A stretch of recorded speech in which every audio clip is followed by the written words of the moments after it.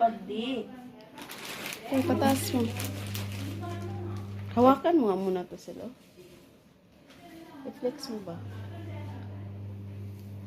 Ah, flex. Hawakan mo lang. Ilagay mo muna sa... Ilagay mo yung cellphone mo doon.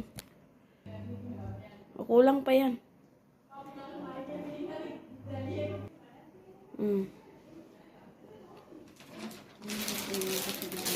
Taas mo. Hindi ba, bebe na ako na-flex ng uban. You flex this. Meron ako nito. Wala pa. Isa nito. Ihugot. Ayan na! Sold out! Thank you! Pasalubong sa Pilipinas. Bye-bye. Thank you so much for availing my product. Charot.